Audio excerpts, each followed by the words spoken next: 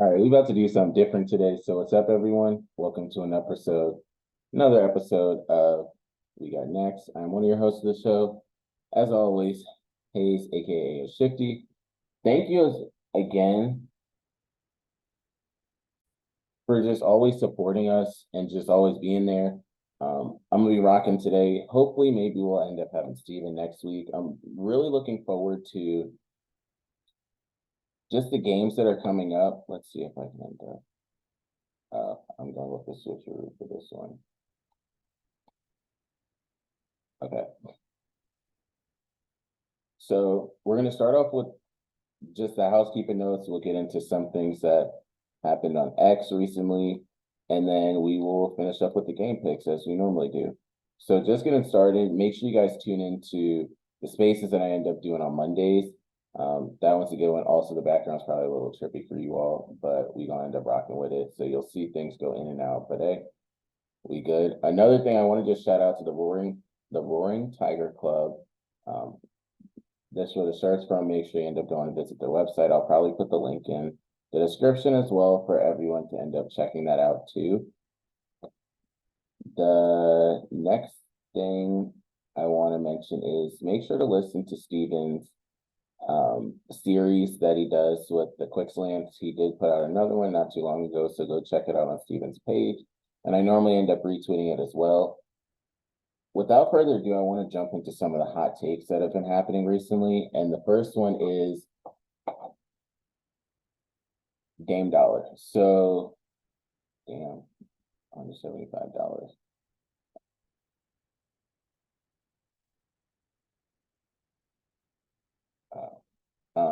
They got fined for a fancy music. That's crazy. Yeah.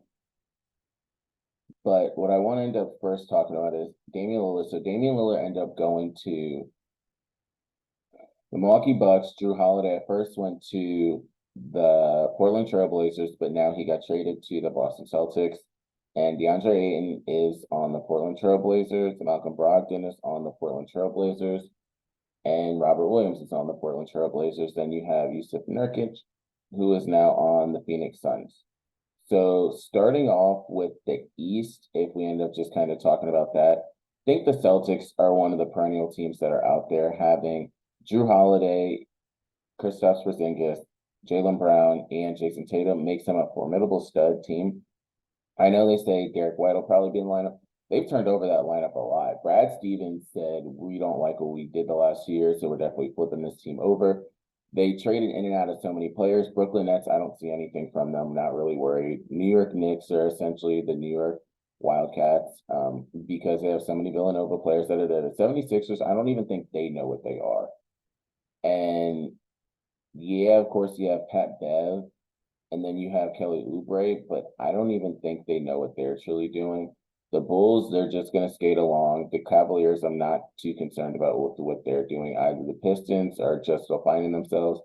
Pacers, they did pick up Bruce Brown, but I don't think that's going to make the difference for them. They'll probably get into the playoffs, but I don't think too much of them. The Bucks, I think this is really a race. Looking at everything, it's a three-way race. It's going to be the Celtics, the Bucks, and the Heat. I don't think anybody else really necessarily stands as much of a chance. Yes, the Sixers and the Knicks will be in the playoffs. Yes, the Raptors will end up being there as well. But I really think it's going to come down to the Celtics, the Bucks, and the Heat. And then also with that, I think it's going to depend on who is playing who. Because if you're playing one of them in the semifinals, that's going to be the biggest impact on all of this. So, for example, if the Celtics and Milwaukee play each other and the Heat just play some random team, Heat are going to be able to skate to the semifinals. They might be a little bit more rested. And then you have the Bucks and the Celtics that are able to duke it out, and hopefully one of them can come through. But it's going to be one of those three that everything has to go through clearly. But I really can see, I think it goes through the Celtics. As long as that team stays healthy, I really think it can go through them. It better go through them if you just pay someone $300 million. The other thing is, how does this affect the West? The Nuggets didn't really do anything. They're kind of the same. The Timberwolves, I think they're going to be a little bit better. Anthony Edwards don't want Rudy Gobert shooting any. The Thunder are going to make the playoffs. The Trailblazers, I don't think that they're kind of out of it again. They're going to work on building that young nucleus. The Jazz, they're not bad, but I think they're still trying to work on their team. The Warriors are going to be the Warriors. Really, with all of this, the Pacific Division is going to be the important divisions because you have the Warriors, the Clippers, the Lakers, the Suns, and the Knicks. I mean, the Kings. I can see all five of those teams making it into the playoffs or at least to the play-in games. Then the Southwest, you have the Mavericks, Rockets, Grizzlies, Pelicans, Spurs.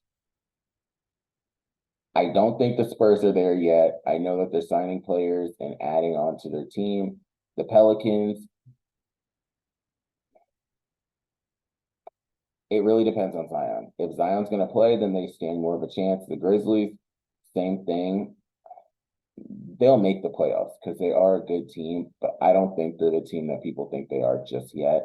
Rockets, hell no. The Mavericks, they're going to float. I don't know if they're going to make it. They'll be on the bubble come the end of the season. So all of this to say is the Trailblazers did trade away Drew, which was good for them because they were able to get more picks out of Drew, well, more players out of Drew, which is important, and then bringing them to the Celtics, which allows the Celtics and the Bucks to both get stronger from those trades and put themselves at the top. The Bucks got Damian Lillard, the Celtics got Drew Holiday, all is well still in the world. That Boston team is, if they can stay together, they're going to be legit. You have Dame, Giannis, Lopez, and Robin Lopez, Brooke Lopez, and then you have Chris Middleton. It's not the greatest, but Giannis is good in himself. And then you add to that Damian Lillard, who will come through in the clutch situations, which is why you got him. So that's the main thing over there. I want to switch this over to something that's going to make me. That's going to annoy me. I'll have to deal with that. Just going over into the NFC and crypto side of things. So something that a lot of people have been talking about, and I haven't gotten into it yet. It's called Stars Arena, and apparently it's going to be a competitor to Friendtech, which is the SocialFi component that we currently have. Oh, there you go. I guess I spoke it up. So that's one thing. So Stars Arena is on AVAX. Clearly people. Another thing that I'm starting to see, what?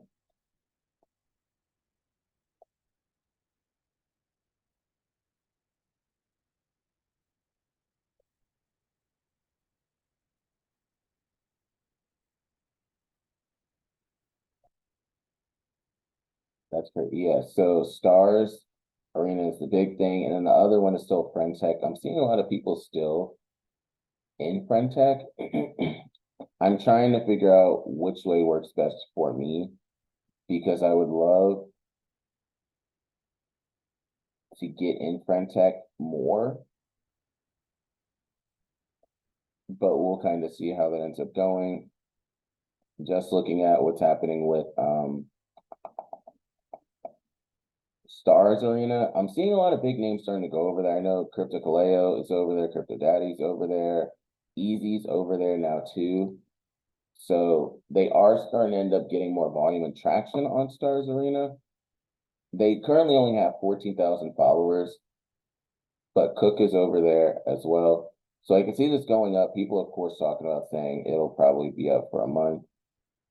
Then Cook is a strategic advisor. Cook makes his money.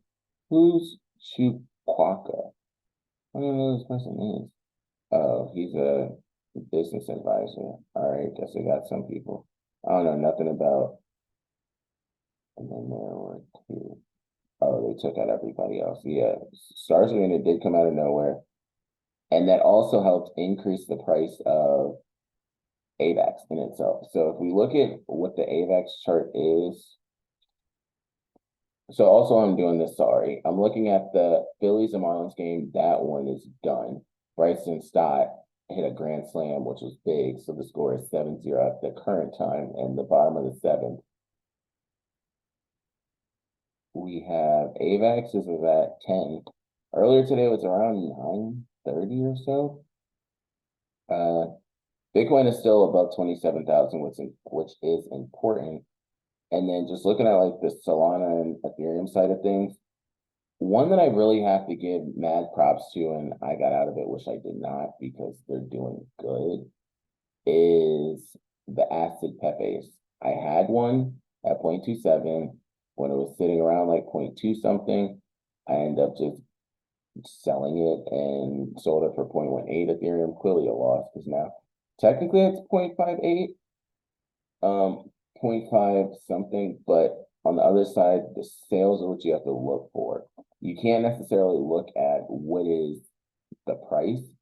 And I say that because the price could say 2 Ethereum, but the last sale was at, I don't know, 1 Ethereum. So is it really 2 Ethereum?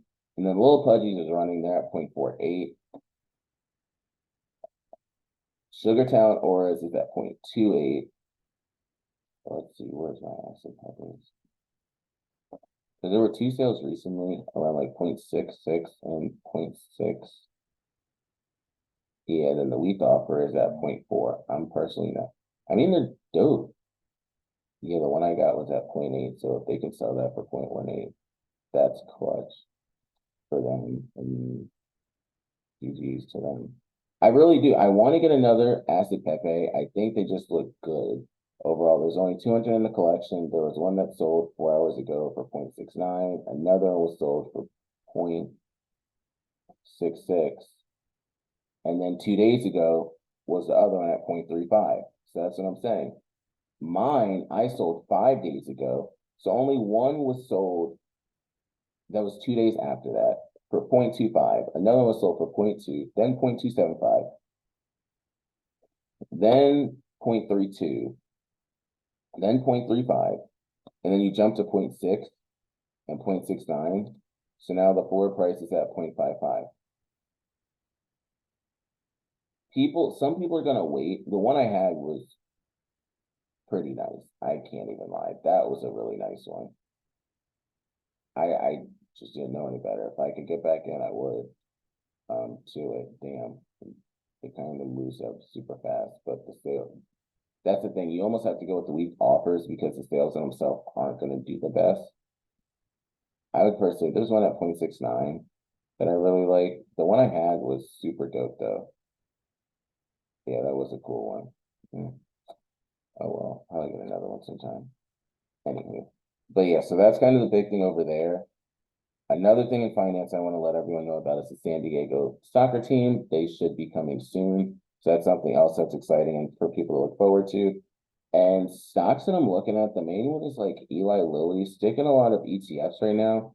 And then Microsoft, NVIDIA, and Apple are kind of the big ones that I always talk about and just let people end up getting into.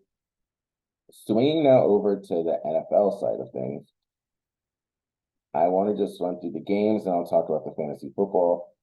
And then we'll touch on the baseball playoffs really quickly.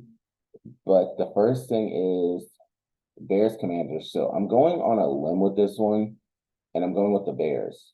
I'm also going to put a bet on the Bears. I don't know why, don't ask me why I'm thinking that, but I can see the Bears doing well. Jaguars and Bills, I have the Bills. Texans and Falcons, I have the Texans. Panthers, Lions, I have the Lions. Titans, Colts, I'm going with the Titans.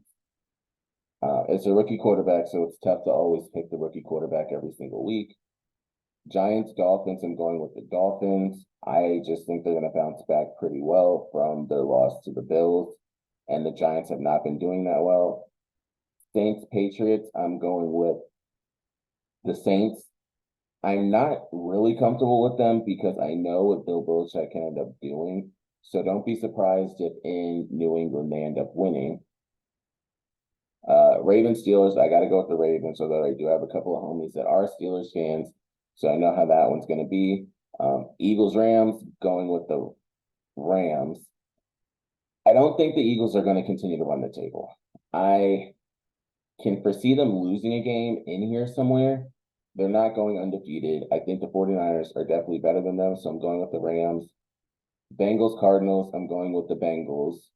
I just think the Cardinals, they did beat the Cowboys, but I got to go with the Bengals. If the Bengals lose this one, their season is done, and I almost want to crown the Ravens as the champions of the AFC North. Jets, Broncos, got to go with the Jets. The Broncos just are not good at all. Chiefs, Vikings, got to go with the Chiefs.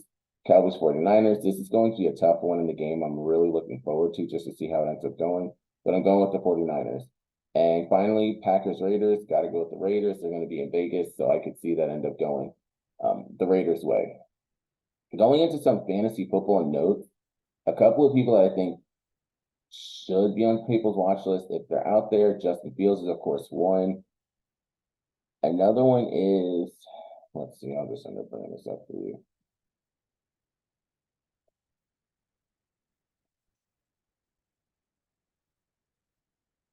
I got a kicker. So normally I always go with Justin Tucker, but this year I went differently. I think it's, Brandon Aubrey, the kicker for the Dallas Cowboys. I actually like him more than I like Justin Tucker. Justin Tucker is ranked 26 right now. Brandon Aubrey is ranked number 1. Let's see. He's not even in the top 10. Oh, damn. Puka, so that's number 3. What is Puka? Number 1? Number 5. God damn. So Justin Jefferson got to be number 1 if anything. Sorry, guys. I'm trying to figure out who's the number 1. Number 2. Who's number 1? Oh, damn. That's crazy. But yeah, so I would say for people out there, one person to look for. A lot of the Rams are good ones to check out. Someone else that I think people should end up looking. I'm just looking at mine to see if Williams, Broncos running back, Jonathan Williams is out. I would look into Samaje Perine, or I would also look into Jaleel McLaughlin. They'll both be in line for work. Eagles running back situation, I think we can crown it and say that it's DeAndre Swift to lose now. Gainwell did great the first game, but Swift just came in there was a different beast, so you can't really end up saying anything else. Quarterbacks wise, damn, there's a lot of the quarterbacks that are out there. I don't really care for any of them right now. If you can find Jordan Love or CJ Stroud, maybe go with them. Josh Dobbs isn't a bad flyer pick if you want to go that direction. But that's all I would say. Tyler Boyd, if T. Higgins does not play, Tyler Boyd can look good in action. Someone else that I think people are sleeping on is Jake Ferguson. So Jake Ferguson, Luke Musgrave, and Sam. What is Sam's name? Because it's going to kill me if I get this wrong. Nobody's. Here we go. Sam Laporta. Those are the main ones. So Luke Musgrave, Jake Ferguson, Sam Laporta. I think that's it. Yeah. Trey McBride is not a bad pickup. If you want to go that direction, Dalton Schultz sucks. Sorry, someone has Dalton Schultz, and that's not good. It clearly shows you the scheme of the offense is what means more. Kyle Pitts is another one that's kind of disappointing. TJ Hawkinson is number 1. What the heck? Off of one game, and that was against the Eagles, because his numbers are not good. 7 points, 21.5, 9 points, 3 points. If you do one game well, you will end up number 1, because Travis Kelce's number 6. I don't even, he's not that good. Kittle's 15. Goddard's 32. Who the hell is like 2 and 3? Oh, Ingram is in the top 10. That's not hard. Cole Kmet's 4 off of his one game. If Cole Kmet's out there, I would say get him. Yeah, he had 23.5 points one game. So a tight end can have one good game, and they will end up in the top 10 easily. Like, doesn't even take that much. Wide receivers wise, I don't think there's anybody else that's really on the market. If you want, you could take a flyer on Tutu Atwell, because it's always going to be Tutu Atwell or it's going to be Puka Nacua that are going to get the carry or going to get the receptions. Another one that people have been talking about recently is Rashee Rice. He's been doing well at targets. So first game 5, second 2, third 7, final game 5, and receptions wise have gone 3-2, 5-3. Yards are starting to increase some, so I think that that's something people can also pay attention to as well. Other than that, Michael Wilson, make sure to keep an eye out for him. He did do well last game. He had 7 targets, before then 2, then 3, then 4. So he's not a bad one to look into. He had 2 touchdowns last game, so if you take that away in half PPR, what is that? 3.5. So that's 10.5 points. In a full PPR, he had 14 points. if you take away the 2 touchdowns that he had. He's not getting to every single game. I think that's everything at that position. I talked about the running back position. The quarterback I talked about. Defenses wise that I've been looking at, the Lions defense, I'm just so high on the Lions defense right now against the Panthers they play. I would not go for the trap in the Dolphins against the Giants. That's just me personally. I don't trust it. But if you want to do it, that's your prerogative. I personally can't take that chance and end up saying, you know what, we're about to go with the Dolphins defense. But again, if y'all want to do it, good luck to you out there. Other defenses that I would say you can pay attention to for this upcoming week, I wouldn't do the 49ers. But if you want to do the 49ers, okay. The Bills, maybe you can do. They're in London, so it's not like a home field advantage for either team. They play the Jaguars. The Jets, I would put out there. The Jets defense should be solid. They play against the Broncos. Washington, I don't know, because I'm clearly voting for the Bears. So it would be against me if I end up saying, oh, go with the Commanders defense. But by the way, I think they're going to win. But again, you could do both. The Commanders could have 2 touchdowns on defense, but yet the Bears win. I would not put the Cowboys defense out there because I just think the 49ers are too good. Patriots defense